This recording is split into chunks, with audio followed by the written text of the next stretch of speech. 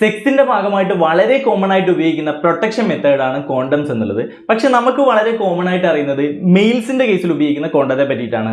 Female കോണ്ടവും നമ്മുടെ മാർക്കറ്റിൽ available ആണെന്നുള്ളതാണ്. എന്താണ് ഇവ തമ്മിലുള്ള വ്യത്യാസം എന്ന് നോക്കുകയാണെന്നുണ്ടെങ്കിൽ രണ്ട് കാര്യങ്ങളും സെയിം പർപ്പസിന് വേണ്ടി ഉപയോഗിക്കുന്ന കാര്യം തന്നെയാണ്. രോഗങ്ങളിൽ നിന്നുള്ള പ്രൊട്ടക്ഷൻ കിട്ടുക, അതേപോലെ തന്നെ അൺവാണ്ടഡ് പ്രഗ്നൻസീസ് ഉണ്ടാവാതിരിക്കുക എന്നുള്ളത് തന്നെയാണ് അതിന്റെ രണ്ടിന്റെയും ലക്ഷ്യം എന്നുള്ളത്.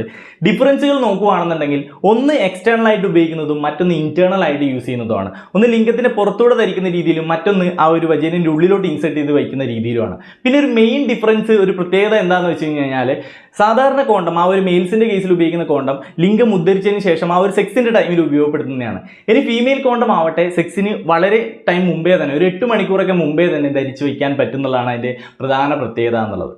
ഇനി എങ്ങനെ ഫീമെയിൽ കോണ്ടം ഉപയോഗിക്കാം എന്നുള്ളത് നോക്കാം. ഇതാണ് ഫീമെയിൽസിന്റെ കോണ്ടം എന്നുള്ളത്. ഇതിനകത്ത് നമുക്കിപ്പോൾ ഒരു സ്പോഞ്ച് കാണാൻ പറ്റും. ഇത് ഇൻസേർട്ട് ചെയ്യാനുള്ള എളുപ്പത്തിന് വേണ്ടിയിട്ടാണ് സ്പോഞ്ച് ഉള്ളത്.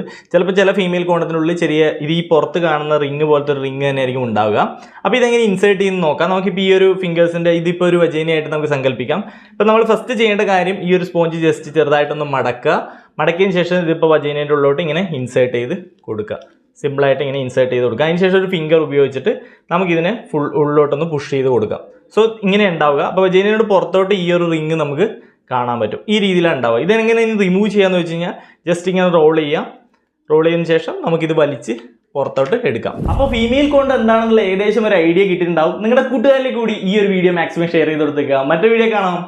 Thank you guys.